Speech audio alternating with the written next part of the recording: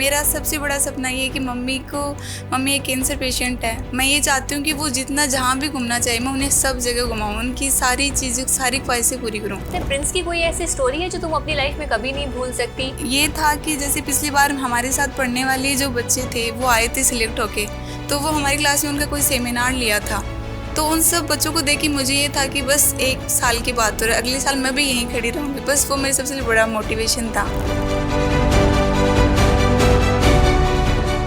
कभी कभी छोटे छोटे गांव से निकलती है बड़ी बड़ी कहानियां। हेलो हाय नमस्कार, this is me RJ Gracie और आज हम हैं प्रिंस एडू हब के अंदर। जैसा कि आप सभी जानते हैं कि अभी हाल ही में नीट का रिजल्ट आया था और नीट के अंदर पीसीपी ने बहुत ही शानदार रिजल्ट जो है वो अचीव किए हैं। और इसी पंक्ति में आज हम आपको मिलवाने जा रहे हैं एक ऐसे मेहमान से जिसने ना सिर्फ पढ़ाई से कभी रिश्ता तोड़ा, ना ही अपने सपनों को पीछे छोड़ा और सच कर दिखाया वो सपना जो आज हर कोई देखना चाहता है, जो आज एक हर डॉक्टर का सपना है। वो कहते हैं ना कि मैं नहीं कर पाऊंगा से मैं कर दिखाया या मैंने ये सच कर दिखाया तक का सफर जो है वो हमारी रिंकू ने तय किया है। सबसे पहले तो मैं आपको मिलवाती हूँ रिंकू से और रिंकू की मासी जी से। नमस्कार। रिंकू, पहले तो अपने बारे में थोड़ा कुछ बताइए। नमस्ते, मेरा नाम रिंकू, मैं सीकर की ही रहने वाली हूँ। मेरी ऑल इंडिया रैंक 12,000 है और कैटेगरी वाइज रैंक 5,000 है। क्या बात है, बहुत बढ़िया। Many many congratulations aunty. और आपको भी रिंकू बहुत अच्छी रैंक जो है वो आपने अचीव की है, बहुत बढ़िया रिजल्ट आपका रहा है। आप अपनी सफलता का श्रेय किसे देना चाहेंगे? पेरेंट्स को और पीसीबी के सारे टीचर्स को और सबसे ज़्यादा डीलन सर और मेरी सिस्टर को। अच्छा, मैं आपसे ये जानना चाहूँगी कि बीइंग ए स्टूडेंट बहुत सारी प्रॉब्लम्स का सामना हमें करना पड़ता है। मार्क्स ऊपर नीचे होते रहते हैं, ये तो हर स्टूडेंट को फेस करना पड़ता है, लेकिन इन सब के अलावा भी बहुत सारी प्रॉब्लम है जो एक स्टूडेंट को ही पता होती है। तो वो क्या थी, बताइए इसके बारे में। ज़्यादा प्रॉब्लम्स तो यहाँ पे फेस नहीं करनी पड़ी, क्योंकि जैसे मार्क्स में कभी ऊपर नीचे होता तो काउंसलर सर से मिल लेते थे हम।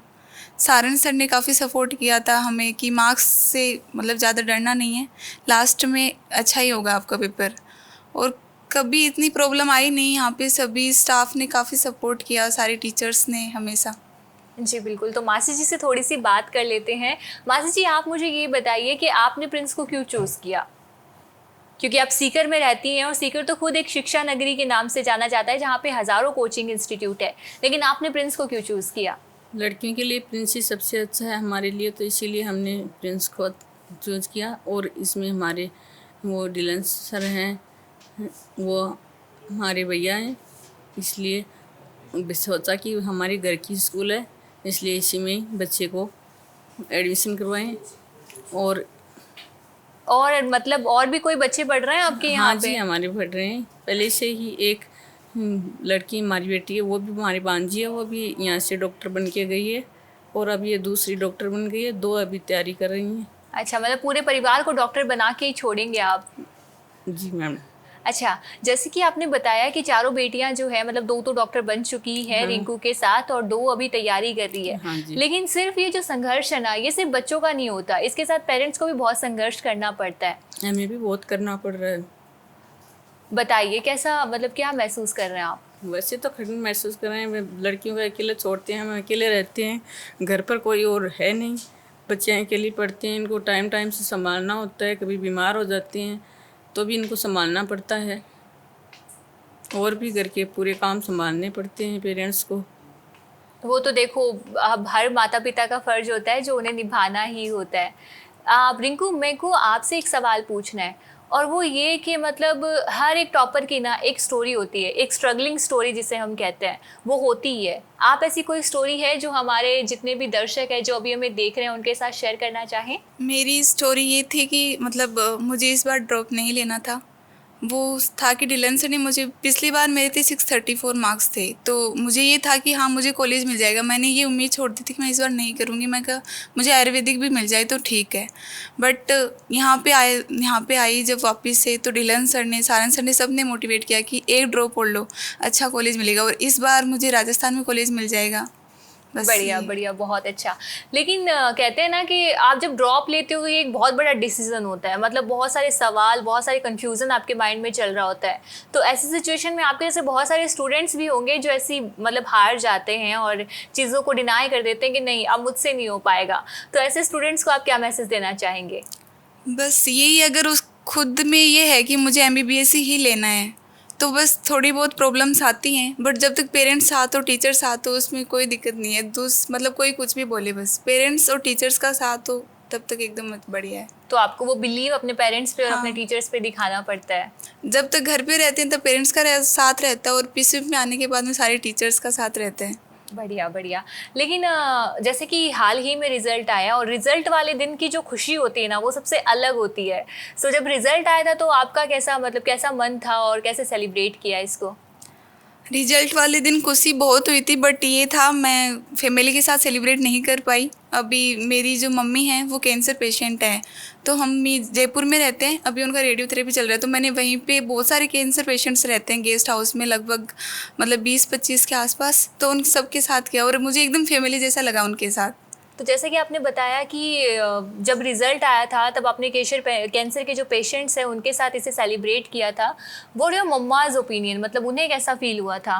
उनमें तो पूरा ही एकदम चेंज देखने को मिला है। जैसे मेरा रिजल्ट आने से पहले उनकी मतलब जो तबीयत थी कुछ और ही थी, मतलब उनको बुखार हो गया था। ऐसे रेडियोथेरेपी के कुछ सिम्टम्स होते हैं, मतलब बुखार स्टार्ट हो जाता है, कुछ खा नहीं पाता पेशेंट, बट जब से रिजल्ट आया उसके बाद में उन्हें पूरा ट्रांसफॉर्मेशन मतलब हो गया एकदम।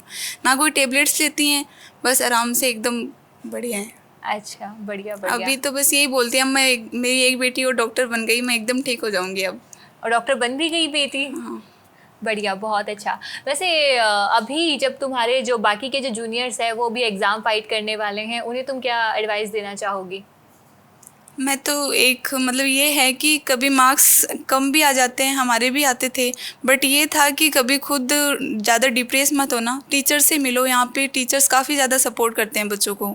जैसे काउंसलर सर हैं, हमें हमेशा बुलाते रहते थे मार्क्स देख के, लिस्ट के हिसाब से, और एक मोटिवेशन तब मिलता था जब क्लास के अंदर अच्छी रैंक आती थी, वो सारे सर बुला के ऐसे चॉकलेट्स वगैरह देते थे, अलग ही मोटिवेशन आता था हमें कि भाई अगली बार और अच्छी रैंक आएगी उस हिसाब से।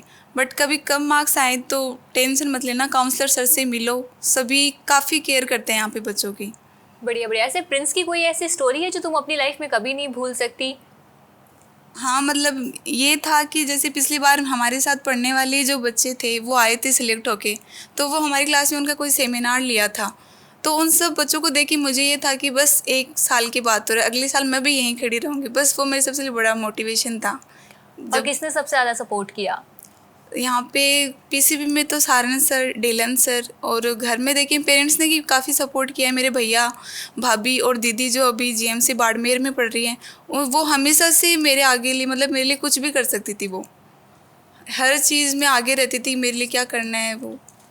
बढ़िया, मैनी कॉन्ग्रेचुलेशंस एक बार फिर से आपको ढेर सारी शुभकामनाएं। आशा करते हैं कि आपका जो फ्यूचर है वो ब्राइट रहे, जो भी कॉलेज आप एक्सपेक्ट कर रहे हैं वो आपको कॉलेज मिले। बाकी और फ्यूचर प्लान्स क्या हैं आपके? मेरे तो ये है कि बढ़िया कॉलेज मिल जाए। मेरा सबसे बड़ा सपना ये है कि मम्मी एक कैंसर पेशेंट है, मैं ये चाहती हूँ कि वो जितना जहाँ भी घूमना चाहे मैं उन्हें सब जगह घुमाऊँ, उनकी सारी चीज़ें, सारी ख्वाहिशें पूरी करूँ, और पापा की भी। मेरे पापा का सबसे बड़ा सपोर्ट है हमें।